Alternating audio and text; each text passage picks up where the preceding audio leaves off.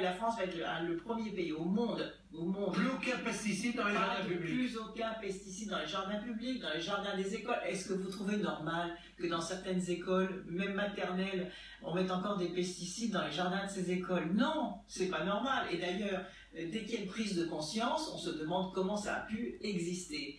Donc, à partir du mois de mai prochain, c'est-à-dire quand il va y avoir les entretiens, en mai prochain, il faudra que les communes arrêtent d'utiliser des pesticides dans tous les espaces publics, sur les trottoirs, dans les écoles, sur les stades, etc.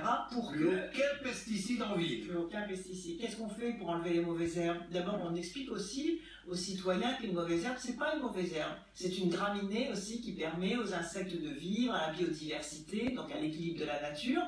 Est-ce qu'on a été formaté pour ne pas voir une seule herbe qui dépassait? Non.